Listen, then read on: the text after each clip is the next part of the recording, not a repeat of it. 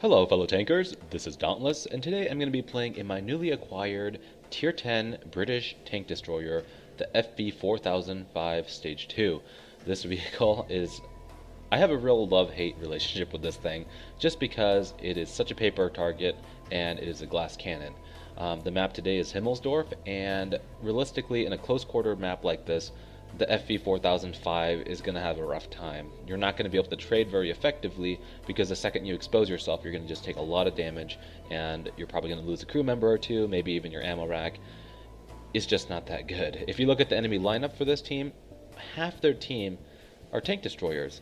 And I mean, some of them are soft targets like the Grille and the 4005 on their team, but overall, you're not going to really want to trade with those if you can help it, and you have to expose yourself for such a long time trying to get a shot in that, you know, they're going to back off before you can even get a shot. So realistically, the only option I have, in my opinion, to do well on this map is to actually brawl with the mediums. I really don't want to face off with an E100, an Object 260, IS-7, those kind of tanks, especially like the Type 5 Heavy. I really want to avoid conflict with those, and so I am going to do my best to take the fight to softer targets that I can really penetrate. Now, if you look at the hill, most of the time mediums are going to be up there, and so our team has one medium, their team has one medium tank. So realistically, I'm hoping that I will have a small amount of engagements on the hill, targets that might be distracted, and targets that will allow me to put a shot into their side or their lower plate and actually get some damage. Medium tanks are easier to trade with, in my opinion, because I have a higher chance of penetrating them with Hesh, which, yes, I will be using Hesh, and also the fact that they have low alpha.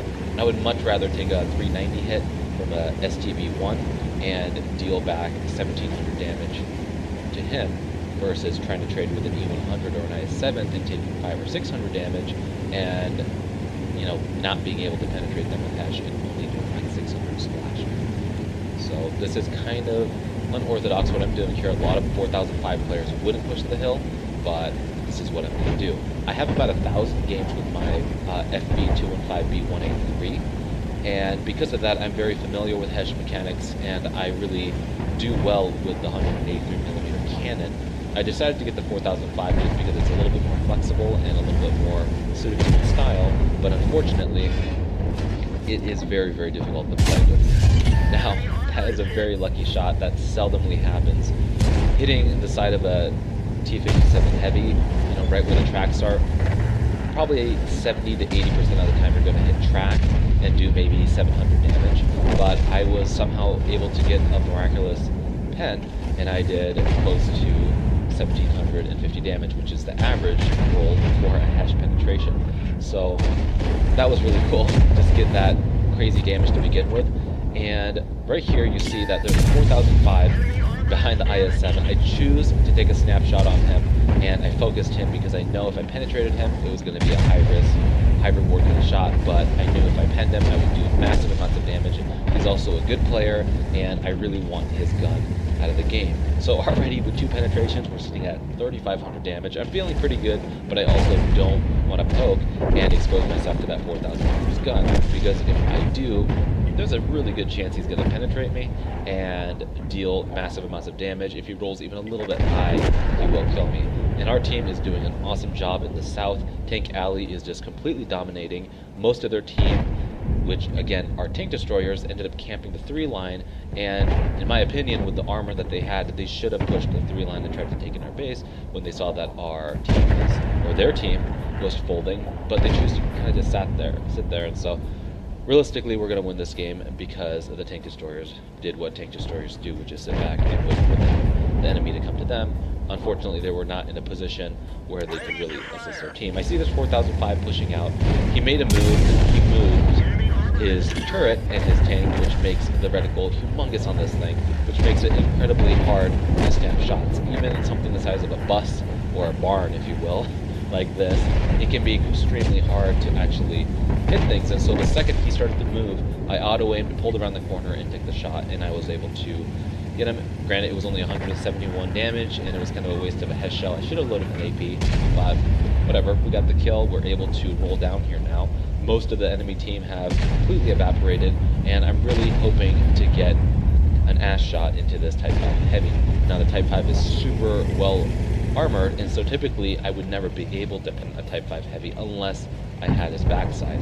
And look at that, full life Type 5 Heavy. This is kind of like a dream shot right here with the 4005. He has 2000 HP left. I have to take a careful aim.